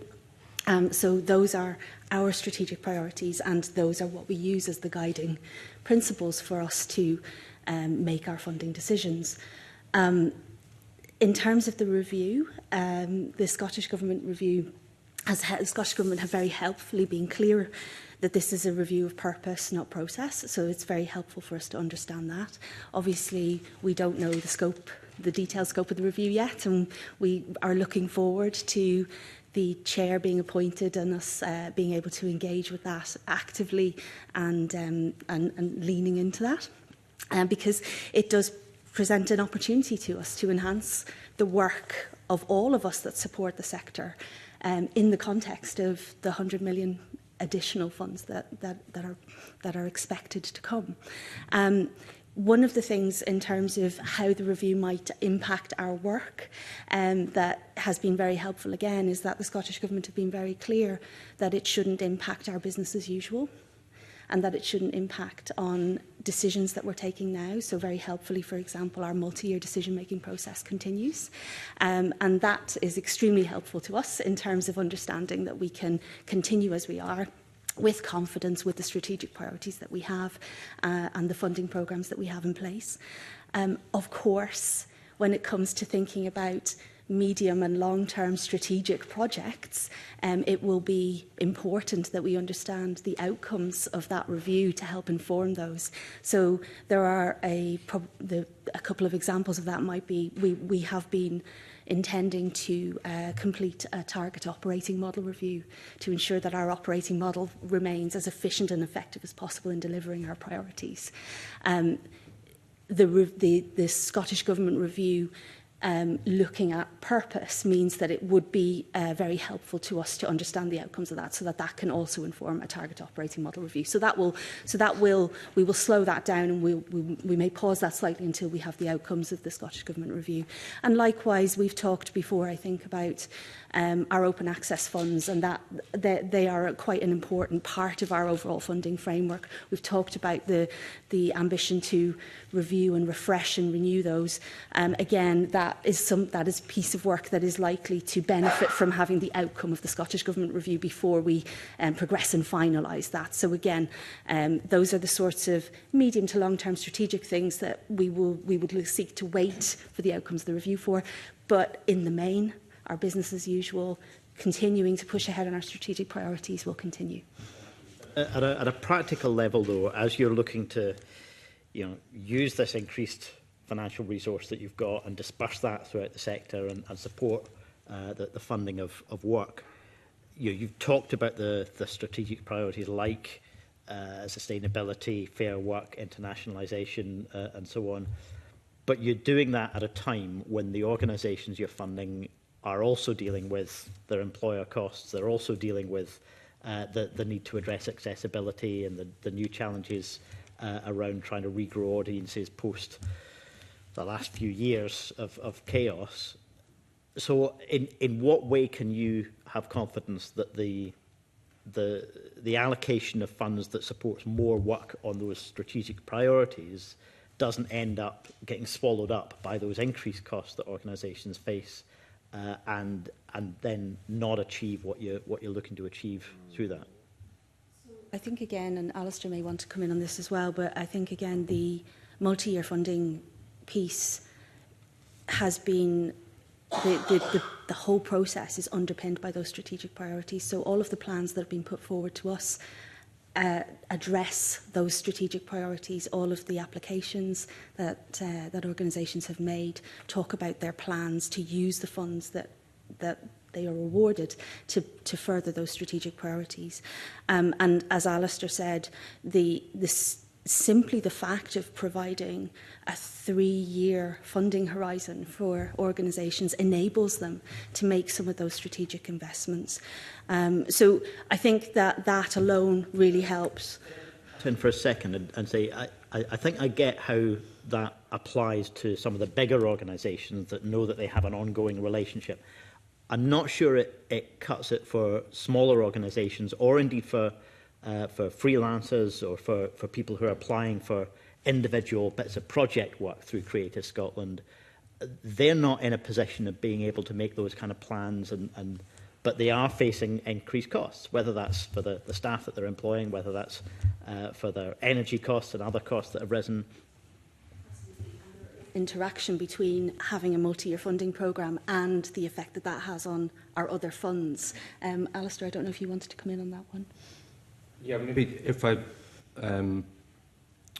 maybe a point to make in starting is that in the multi-year fund we've been very clear that we would assess people against their own context, and we are at pains in the design of the programme to make sure that no organisations, any particular size, geography, specialism, would feel that there were barriers within the system. So in assessing Fair Work, for example, we might have some organisations who are shooting for the stars and others that are saying we're in the early stage of our journey on this. So there's a level of compliance, as you know, that the government requires, but beyond that, we'd be assessing people within that, their own logic of where they are and what they want to achieve over the 3-year period. What's been very positive, obviously, is having been on standstill, those that current RFOs can build some of these costs into the ask, and within our open funds and our targeted funds, again, organisations can build costs, whether that's access costs on EDI, whether it's costs around travelling by train rather than plane. They can build those costs now into their ask on us. And the ripple effect, if you like, that Anne mentioned is we've said publicly we will now be able to fund more organisations through multi-year than we have done through the as regularly funded organisations. And we expect that to take some demand out of our open funds, which are running at lower success rates than we would like. And we hope that will open up more opportunity within those open funds, which are both for organisations and for individuals. And we also see a ripple effect in multi-year. When we fund organisations, it's not as simple as funding them. We're funding their partners, we're funding the supply chain, and critically, we're funding freelancers that they work with. So that there is a big impact in terms of residencies, space to work in, and directly contracted work with those organisations. So all of that, I think, builds a picture where people can start to take on some of those more difficult issues that are coming through, whether it's environment, EDI, or Fair Work. Just finally and briefly on Fair Work specifically, I wasn't quite clear when I was looking around. Is there a single document or statement or policy that Creative Scotland has adopted that defines what it thinks it can achieve in terms of fair work practices throughout the sector, or the parts of the sector that it engages with, and in particular some of the challenges around very casualised or freelance parts of the sector, and what responsibilities Creative Scotland has, as opposed to funding recipients have, to achieving fair work in the actual experience that people have working in the sector? So, as Creative Scotland ourselves, we have a Fair Work statement that sets out clearly how Fair Work plays out within our own organisation. In terms of our work with the sector, we've been, I think, an early adopter of the agenda, and that is principally because we know there's poor practice in the sector, and it gives us an opportunity to work with the sector to change some of that. So it was made a strategic priority in 2021, which is very early, and I'm not sure other public sector organisations in Scotland even now are at that level of mainstreaming it. We also did some work following the publication of the Culture Strategy to understand what the key concerns of the sector are, and some of that is around freelance working, some of it is around skills, talent, leadership initiatives, which there's less of in the sector than we would like. At the moment, we're working on an action plan which will hopefully publish in the spring, and that will be for the next 3 years, and that will set out where we will put our energies around fair work. And beyond that, I mentioned the compliance element. We've obviously enforced the government's compliance on the grant and aid side of our business, and we'll be looking to move that into the lottery side of our business as well. So that is ensuring that all of our grant recipients pay the real living wage and make provision for effective voice of workers within their organisations. tax. It'd be really helpful to hear any more about the action plan as it's in development. I don't know if it's possible to share thinking with the committee ahead of its publication, but that would be something to perhaps focus on as we hear more detail on that. Thank you. Mr Kerr? I hope the panel will forgive me if I ask some very basic questions. I'm a new member of the committee, but I have obviously a close interest in some of the things that you've been describing. In terms of the 100 million, this is 100 million over the base of the last financial year between now and 28-29. Is that right? I think, Anne, you mentioned the 100 million. Have I got that right? So that means that by 28-29, the budget is going to be something like, well, £100 million a year, basically, because it's currently 80, or it's 120. 120 million pounds a year. It's probably worth clarifying that the additional 100 million for the culture sector that the Scottish Government has committed is not all necessarily going to come to Creative Scotland's budget. Okay, I take that point.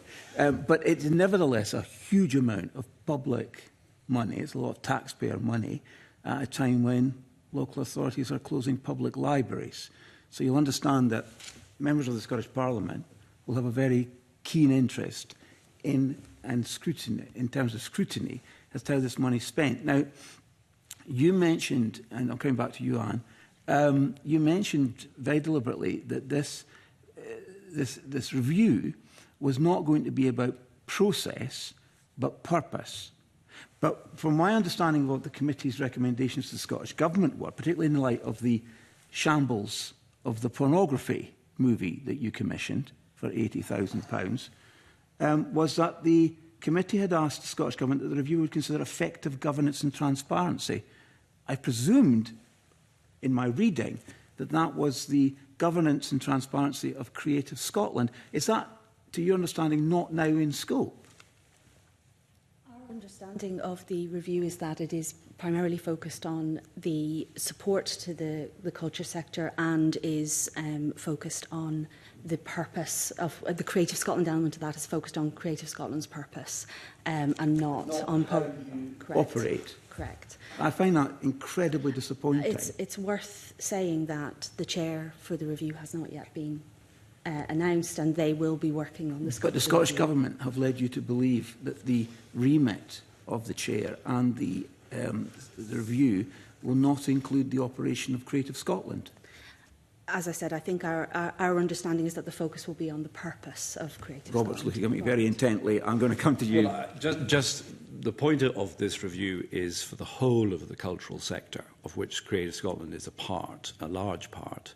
So the review is looking at the sector and how we make sure that the sector is best fit to cope with this extra funding. The 100 million, as you rightly point out, is a significant amount of Scottish taxpayers' money.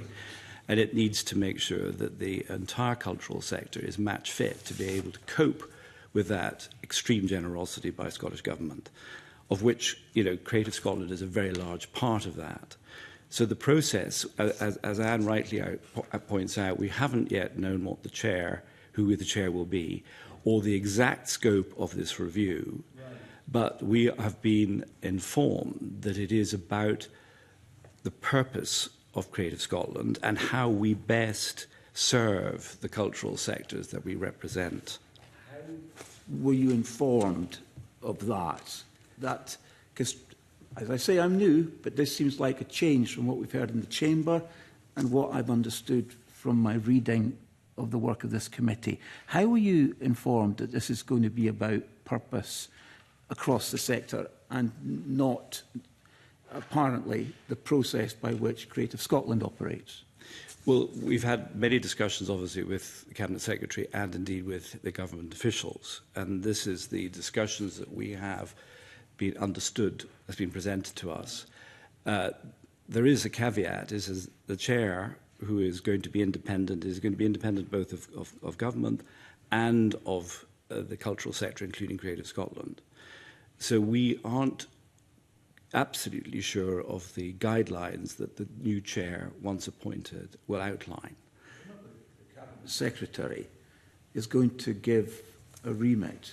Mr. Kerr, this is something that we can probably bring up with the Cabinet Secretary who's in front of us next week. I'm just interested to know how that statement that we've heard this morning about process not being included and it only being about purpose, how that has come about. But I completely understand that that's an issue that we can take up directly with the Scottish Government.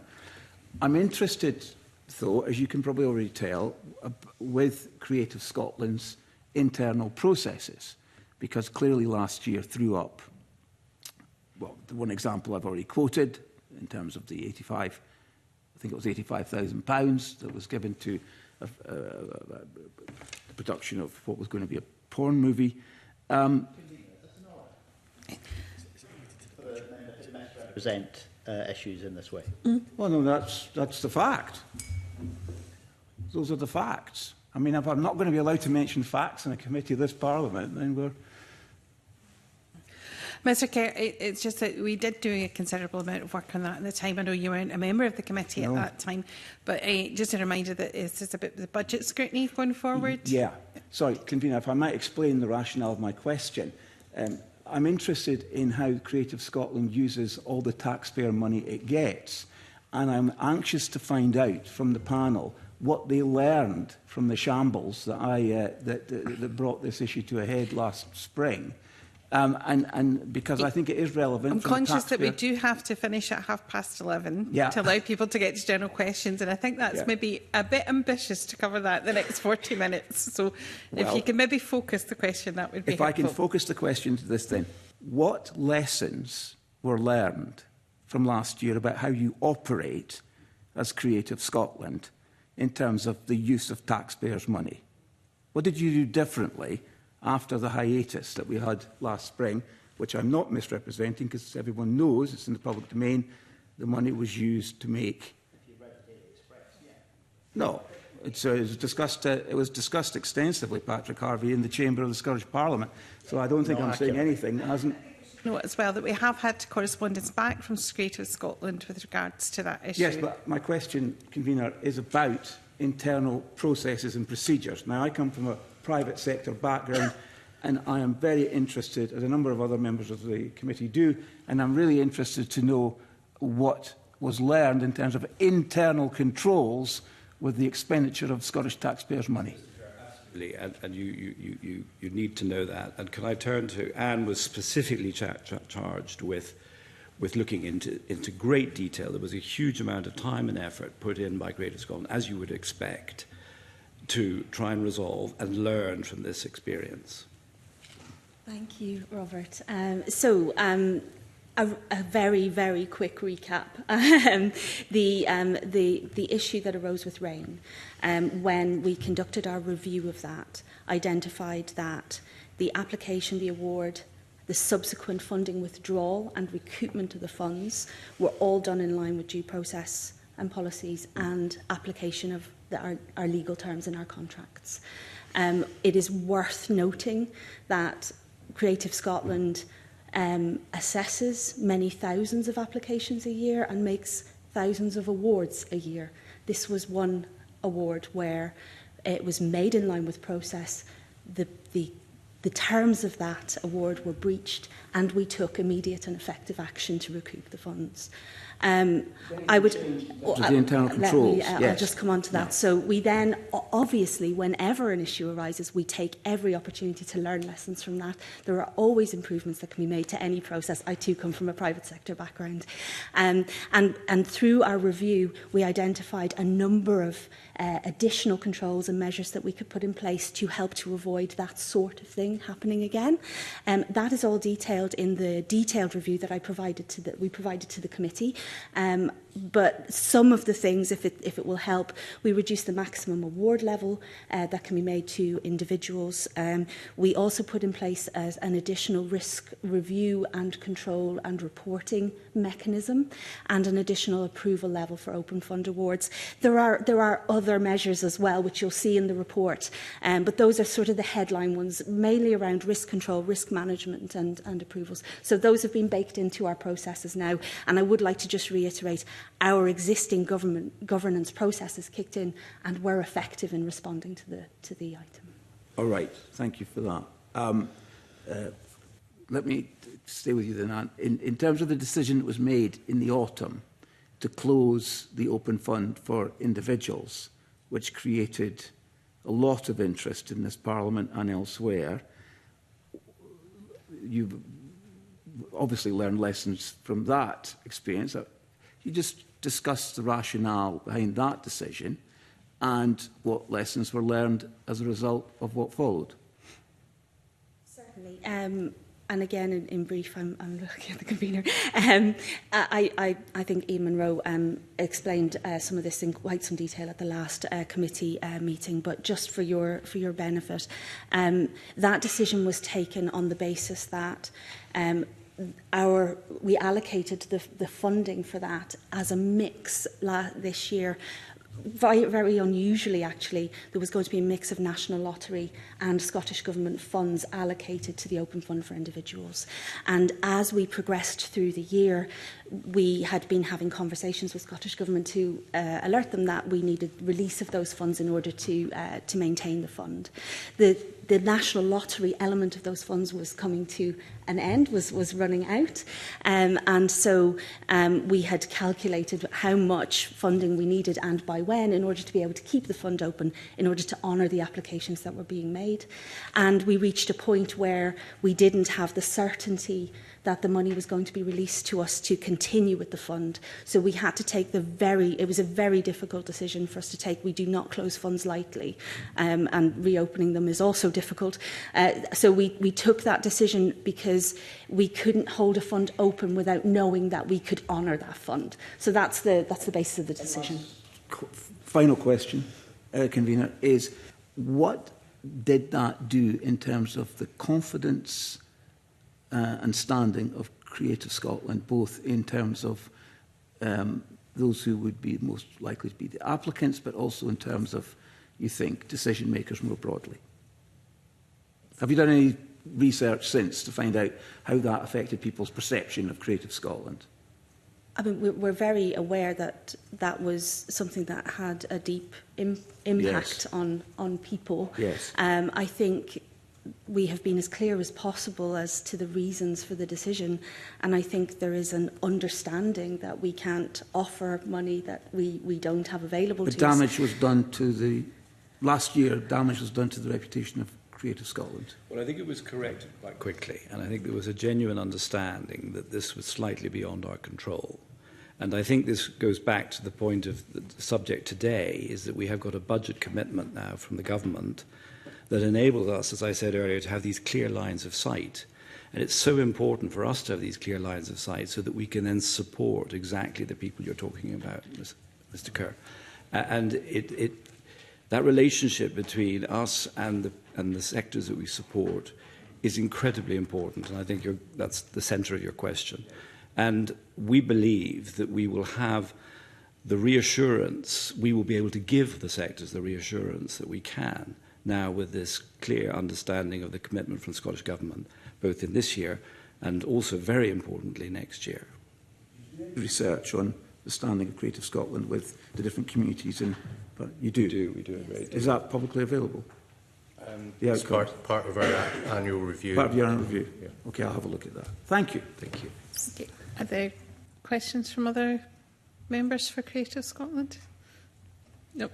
At the moment, I wonder if I could ask just for a bit of clarity going forward around the Expo Fund and major events. There's obviously a situation where there was an overspend in one of the major events in terms of the biking world, cycling world events that took place, and the Scottish Government at that time corrected that by recognising that it didn't really fall into to the smallest portfolio of culture to cover something like that. So have you got clarity on how major events like that have come within the portfolio of the culture sector will not be solely funded from that area going forward? Is there any clarity about how major events will be funded? So the scenario that you've set out was from a period where major events were within the portfolio. and no longer are. So that's the first thing to note. In terms of Expo specifically, the 3 million more into Expo, hugely welcome in terms of the festival's economy and supporting it and building resilience within the festivals of Scotland more broadly, because as you'll know, previously the eligibility of Expo was limited to a smaller number of festivals. So we're welcoming of that, but we don't at this point know what the eligibility will look like. So how it relates to major events or festivals that might have a cultural element but might not be solely focused on culture isn't clear to us at this time. But I think we're in discussion with the Scottish Government, and that will become apparent exactly what the eligibility for that fund will look like. And we heard from the stakeholders earlier on about the importance of cross-portfolio working as well. Something that we talk about a lot in terms of wellbeing, but we mentioned the screen sector, and obviously skills are hugely important for that. So I was wondering how the budget will support skills development for those emerging huge successes for Scotland. Screen Scotland been doing extremely well at the moment. How you're working with other agencies like education and the wider sector to ensure that the skills are being upheld. I pick that up. Yes. So an additional 2 million to go into screen funds through Screen Scotland with a focus on inward investment, and that will be used in the Production Growth Fund to bolster the budget of that fund, and that is focused on film, TV, animation productions.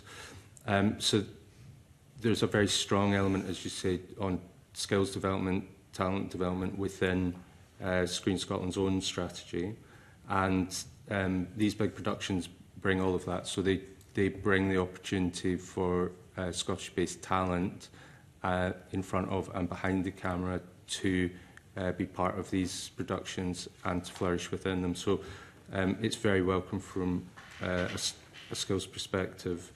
And I think more broadly, when we talked about Fair Work, the elements that are there have been something, so around workforce, but also leadership, talent development, have been something that the sector have told us that they have struggled to afford within recent years. So training for staff, being able to take time out of day job to do a leadership programme, for example, those are things that have tended to fall away in this recent period. And so there's the opportunity within the multi-year portfolio, but more widely for that to really restart in earnest. So unless there are any further questions, final question. Oh, sorry, Patrick. Thanks very much, Convener. I wonder if I could just follow up the point you were making there and the points that were made about the screen sector. You'll be aware, I think, that some of the members of the committee have an interest in the game sector as well. And there's a great deal of overlap with the screen sector in terms of some of the skills and infrastructure and so on. It's not complete overlap. And I think there's a sense that the game sector has suffered a little bit from the kind of disjoint that exists between whether government supports it through enterprise or through seeing it as culture and creativity.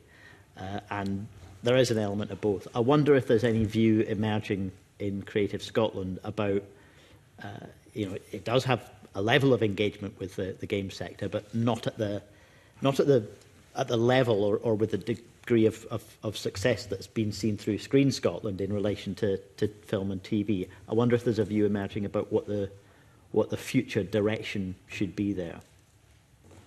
Creative Industries is very much part of, it's one of our main directorates at Creative Scotland. So the creative industries, of which the gaming industry is, Scotland is a huge player in this, and it is very, very important part of what we are involved with.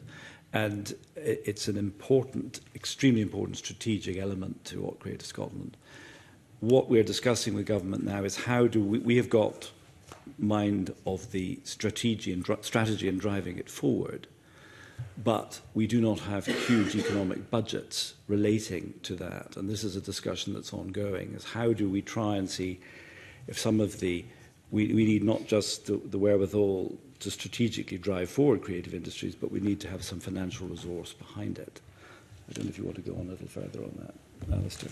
Yes, I think it's important to note that we very much do have a locus within the games industry, and whether that's Indie Lab Accelerator or supporting events, regular events for the games sector.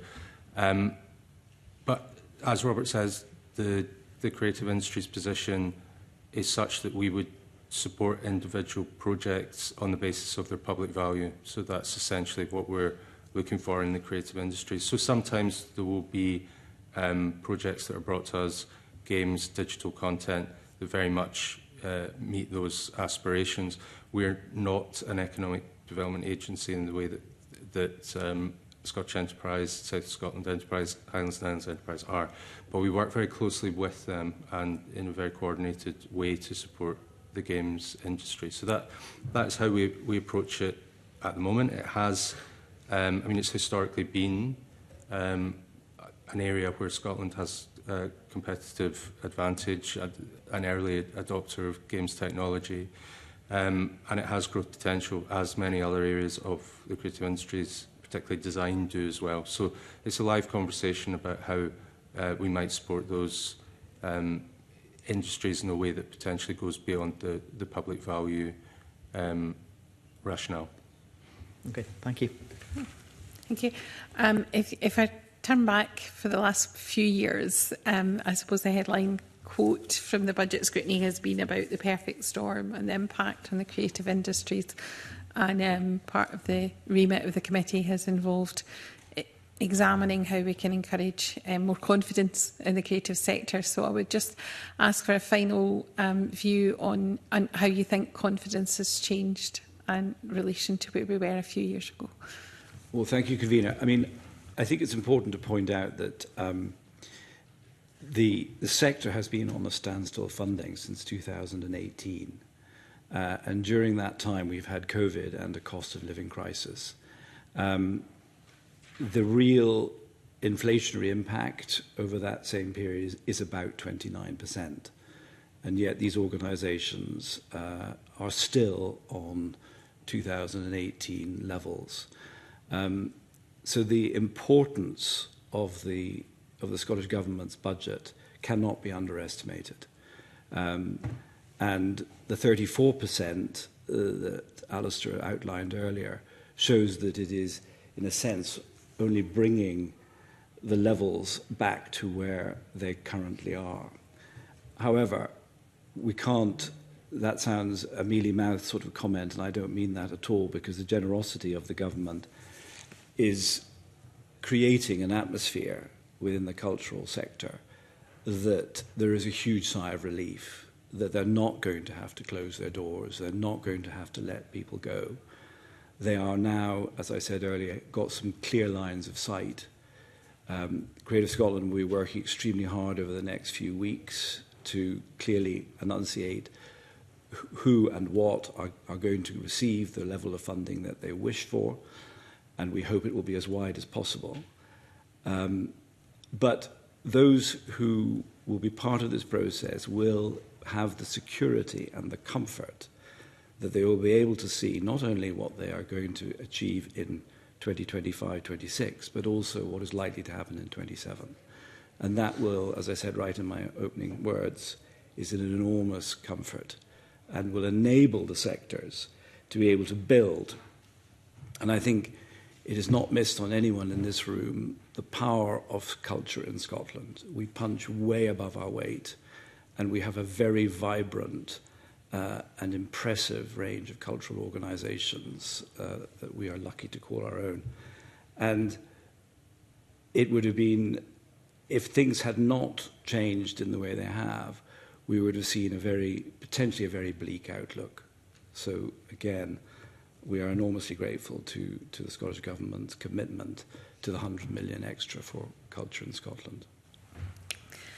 If there are no further questions, I'm going to thank you very much for your attendance at committee, and I now close this morning's session. Thank you. Oh, sorry. I also thank this committee because your inquiries and the reports you've written, I think, has also played an enormous part in getting us where we are today. So it's a vote of thanks, please, from Creative Scotland to you as an organisation. I'm sure that will be very welcome, not only by the current committee, but those that have served over the last while on the committee. So thank you very much for that, and Happy New Year to everyone too.